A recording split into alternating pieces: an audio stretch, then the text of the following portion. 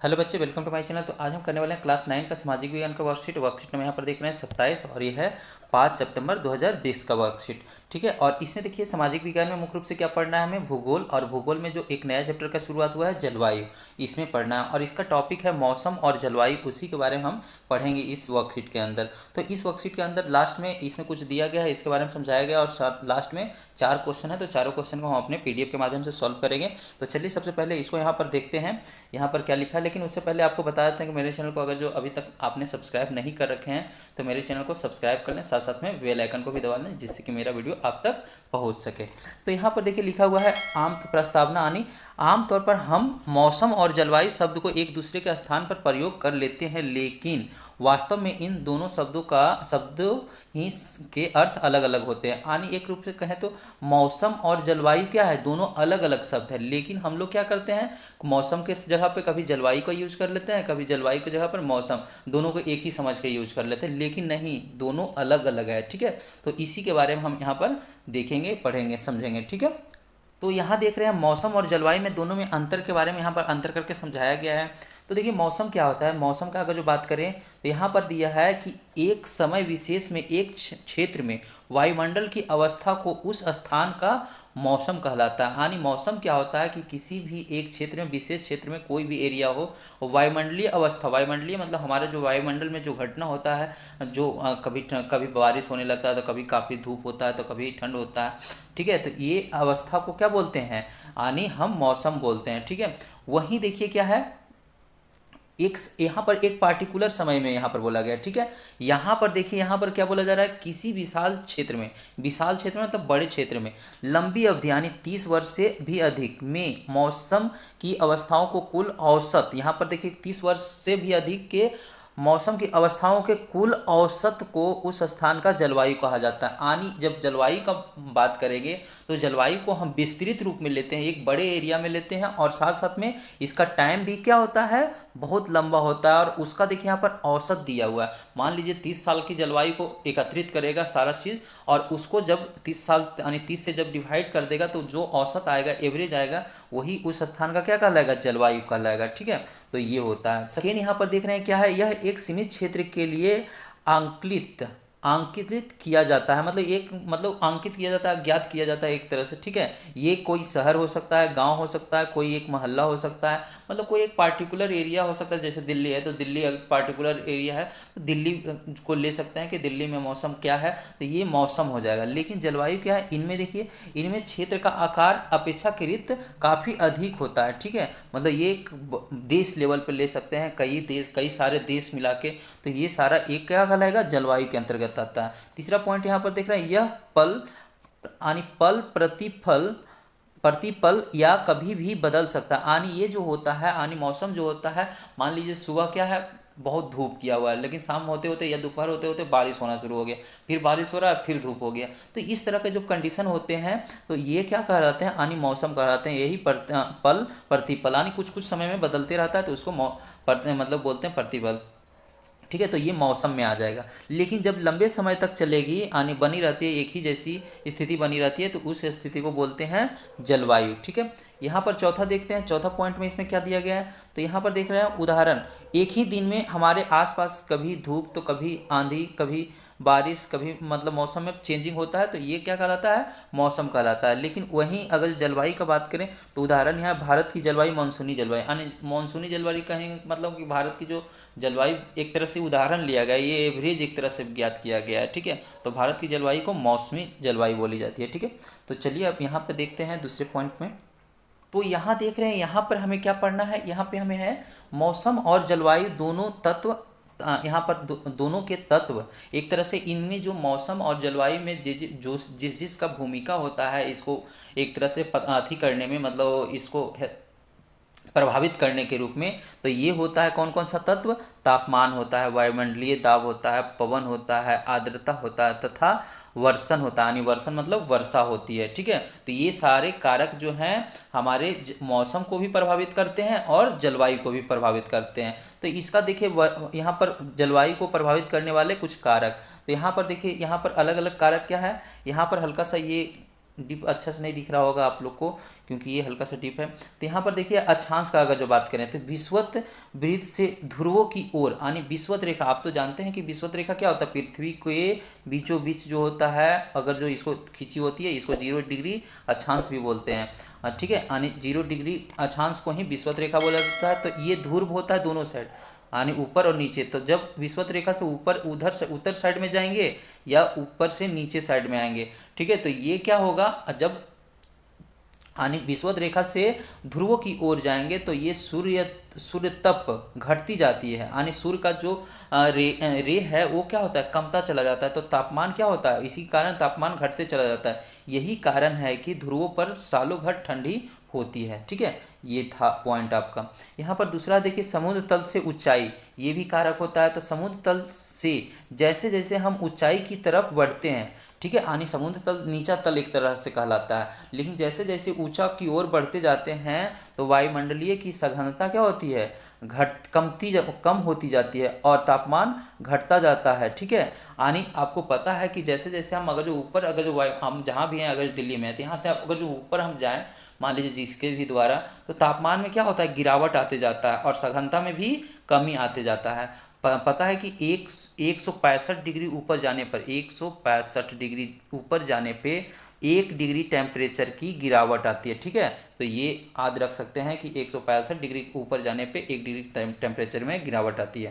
तो यहाँ पर देखिए आगे दिया गया, यही कारण है कि गर्मी में भी पर्वतीय इलाकों में ठंडी होती है, यानी जहाँ ऊंचा स्थान है, पर्वतीय इलाका जो होता है ऊंचा स्थान होता है, तो वो वहाँ पे ठंडी होती है इसी कारण। ठीक है, अगला देखिए, समुद्र तट से दूरी। यहाँ पर था समुद्र तट से ऊंचाई, यहाँ पर समुद्र तट से दूरी के हिसाब से। तो यहाँ देखिए, समुद्री हवाएं तापमान को समय रखने, यहाँ पर तापमान को सम रखने और सहायता होती है, मतलब ये जो है एक तरह से बराबर रखने में मदद करता है। यानी समुद्री हवाएं जो होती है ये एक तरह से तापमान को एक तरह से एक ही स्थिति बनाए रखने में मदद करती है। समुद्र तट से दूर होने वाले समुद्री हवाओं को प्रभावित कम होता हो जाता है, मतलब एक तरह से समुद्र से जब दूरी स्थित होते जाएगा जो भी एरिया, तो वहाँ पर इसका प्रभाव क्या होता जाएगा, कम होते जाएगा। ठीक है, इसीलिए तापमान बढ़ता है। अगर जो हम उससे समुद्र से काफ़ी दूर चले जाएंगे तो उसमें तापमान बढ़ते जाएगा। यही कारण है कि समुद्र के किनारे वाले शहरों जैसे मुंबई सालों भर मौसम लगभग एक जैसा होता है, लेकिन दिल्ली जो समुद्र से दूर है में अधिक गर्मी और अधिक सर्दी, यानी गर्मी के दिनों में अधिक गर्मी और सर्दी के दिनों में अधिक सर्दी पड़ता है दिल्ली में। यही कारण है, जो कि समुद्र तट से दूरी के होने के कारण। और देखिए, समुद्र तटीय जो इलाका होता है वहाँ पे जो होता है, जैसे यहाँ पर मुंबई का बात किया गया है, तो मुंबई जो है एकदम समुद्र के किनारे है, तो वहाँ समुद्री हवाएं जो होती है, यानी वहाँ एक स्थिति बनाए रखने में, ना ज़्यादा गर्मी ना ही ज़्यादा ठंडा, यानी एक स्थिति बनाए रखने में मदद करती है। सिर्फ मुंबई की बात नहीं, सारा जो भी ले ले, चेन्नई ले ले, गोवा ले ले, तिरुवनंतपुरम ले ले, ठीक है, तो ये सारे स्थान जो होंगे, ये सारे जो एरिया होते हैं काफ़ी, मतलब ये समुद्र के नज़दीक हैं, तो वहाँ पर समुद्री जो हवा होती है वो प्रभावित करती है, उस मौसम को मेंटेन करने का, एक जैसा रखने में मदद करती है। ठीक है, तो ये होती है। चलिए यहाँ पर देखिए, वायुदाब और पवन तंत्र, ये क्या है, वायुदाब और पवन तंत्र। तो वायुदाब और पवन तंत्र उस स्थान के अक्षांशीय और ऊंचाई पर निर्भर करती है। तापमान अधिक होने पर वायुमंडलीय दाब कम होती है, यहाँ पर देख रहे हैं, और तापमान कम होने पर वायुदाब अधिक होती है। तो ये तो सिंपल सी है, मतलब यहाँ पर है कि जब क्या होगा कि तापमान अधिक होगा तो वायुदाब क्या हो जाएगा, कम हो जाएगा, ये बहुत इंपॉर्टेंट रखता है। और जब तापमान क्या होगा, ज़्यादा होगा, यानी कम होगा, तो वायुमंडलीय दाब क्या होगा, ये अधिक होगा, ये ध्यान रखिएगा। जब तापमान अधिक तो वायुमंडलीय दाब कम, जस्ट अपोजिट। और जब तापमान कम होगा तो आपका हो जाएगा वायुमंडलीय दाब क्या हो जाएगा, अधिक हो जाएगा। ठीक है, तो ये आपको याद कर रखना है। यहाँ पर देखिए, महासागरीय धाराएं। तो महासागरीय धाराएं क्या होती है, धाराएं मतलब वहाँ जो पानी बहते रहता है महासागर की ओर, तो ये होता है। तो महासागरीय धाराओं को गर्म और ठंडी होने के होने के हिसाब से उसके तटीय क्षेत्रों वाले इलाकों मतलब क्षेत्रों का तापमान भी गर्म और ठंडी होती है। यानी जहाँ पे जिस जिस भी एरिया में महासागरीय जो है, महासागर में अगर किसी किसी महासागरीय धाराएं उस एरिया में ठंडी है तो उस प्रदेश का मतलब जो टेम्परेचर रहेगा, ठंडा वातावरण वहाँ रहेगा, जलवायु ठंडा रहेगा। जहाँ गर्मी है तो वहाँ गर्मी पड़ेगी। ठीक है, यही इसका कहने का मतलब है। यहाँ पर देखिए उच्चवाच, उच्चवाच क्या होता है? तो ये उच्चवाच होता है जैसे पृथ्वी मतलब पर्वत पर्वत हो गया, पठार हो गया, तो ये मैदान हो गया, ये सारा उच्चवाच में आता है। तो यहाँ पर देखिए दिया पॉइंट, किसी स्थान पर ऊंचे पर्वत पर्वत गर्म या ठंडी वायु की गति को अवरुद्ध कर सकते हैं और जलवायु वाले यहाँ पर देखिए जलवायु वाले वायु के मार्ग को रोक कर वर्षा करवा सकती है। यानी ये क्या होता है आपको पता होना चाहिए, पता होगा भी कि वर्षा जो होता है ये पृथ्वी यानी जो पहाड़ से टकराने के बाद ही होता है। अगर जो वर्षा चैप्टर वाला हम पढ़ेंगे किसी भी चैप्टर में तो वर्षा के बारे में, तो वर्षा जो होती है किसी पहाड़ से टकराने के बाद वहाँ पे वर्षा कराती है। ठीक है, तो ये उसका एक यहाँ पर एग्जाम्पल है। अब चलिए क्वेश्चंस करते हैं अपने पीडीएफ के माध्यम से। तो यहाँ देखिए पहला क्वेश्चन पूछा गया, जलवायु से आप क्या समझते हैं? जलवायु के मुख्य तत्व कौन कौन से हैं? तो इसका देखिए उत्तर इस रूप में होगा, किसी विशाल क्षेत्र में लंबे समय अवधि, यानी ये 30 साल दिया गया था आपके वर्कशीट के अंदर ही, में समय यानी मौसम की अवस्थाओं तथा विविधताओं के कुल योग की जलवायु कहलाता है। ठीक है, इसके मुख्य तत्व आपका हो जाएगा, तापमान हो जाएगा, वायुमंडलीय दाब हो जाएगा, ठीक है, पवन हो जाएगा, आर्द्रता और वर्षण हो जाएगा। ठीक है, तो ये आपका आंसर हो जाएगा इस तरह से। चलिए अब दूसरे क्वेश्चन में यहाँ पर चलते हैं। दूसरे क्वेश्चन में देखिए क्या है, दूसरे क्वेश्चन में केरल की जलवायु दिल्ली की जलवायु से इतना अंतर क्यों होता है?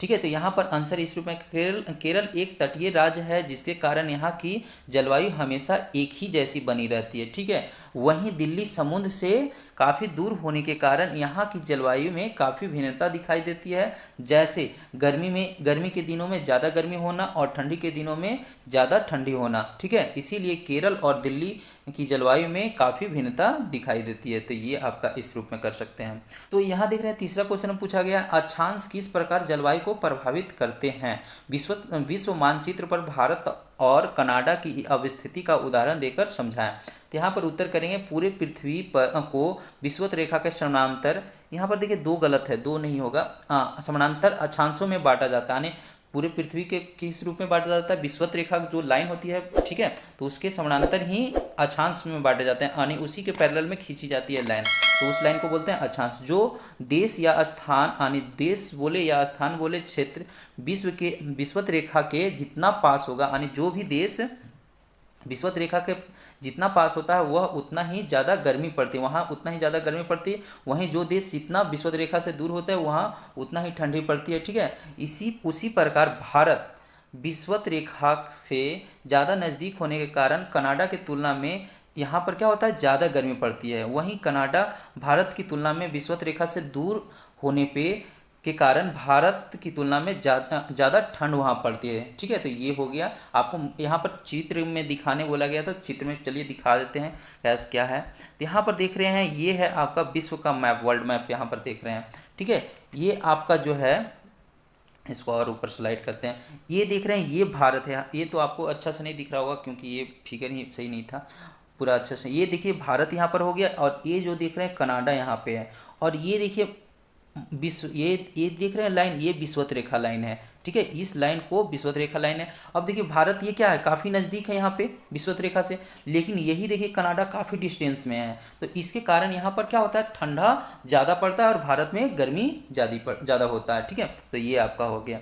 चलिए चौथा क्वेश्चन में है, जुलाई अगस्त के महीनों की दिल्ली की तापमान और वर्षा के अधिकतम एवं न्यूनतम औसत की गणना का एक चार्ट बनाइए। यानी हमें क्या करना है, पूछा गया क्वेश्चन में कि दिल्ली का तापमान और वर्षा के जो होता है अधिकतम, न्यूनतम और औसत गणना करके एक टेबल, एक चार्ट में बना के देना है। ठीक है, तो इस रूप में आप कर सकते हैं, इसीलिए हम इसको कॉपी पे उतार के लाए हैं कि आप अच्छे से अपने कॉपी में भी कर सकते हैं इस तरह से। तो यहाँ पर देखिए ये हो गया हमारा महीना का नाम, ये आप इसी तरह से बना सकते हैं टेबल, या अपना मन से जैसे भी करें उस तरह से भी कर सकते हैं। तो ये हो गया तापमान का, ये वर्षा का हो गया। हमने ये 2 महीना के दोनों एक ले लिया है। यहाँ पर देखिए इस महीना के सामने ये और इस महीना के सामने ये, और ये हो गया अधिकतम, ये न्यूनतम, ये औसत, यहाँ पर वर्षा के लिए अधिकतम और न्यूनतम और औसत ये हो गया। और उसका देखिए ये हमने जो भी लिया है, ये जो भी दिख रहे हैं यहाँ पर नंबर 39 डिग्री 28 डिग्री, ये सारा ये हमने नेट से लिया है। तो बहुत सारा अगर जो कोई और आप लोग भी खोलेंगे तो हो सकता है कि दूसरा साइट खुले तो कुछ वैरी करेगा, कुछ अलग होगा। तो इससे कोई ज़्यादा इंपॉर्टेंस नहीं, यहाँ पर इंपॉर्टेंस रखता है कि हमें उस अनुसार एक चार्ट बनाना है। ठीक है, तो बस इसी रूप में आप बना लेंगे। तो इस वीडियो को अच्छा लगा तो इस वीडियो को लाइक करें, साथ साथ में मेरे चैनल को सब्सक्राइब करें। Thank you watching my video.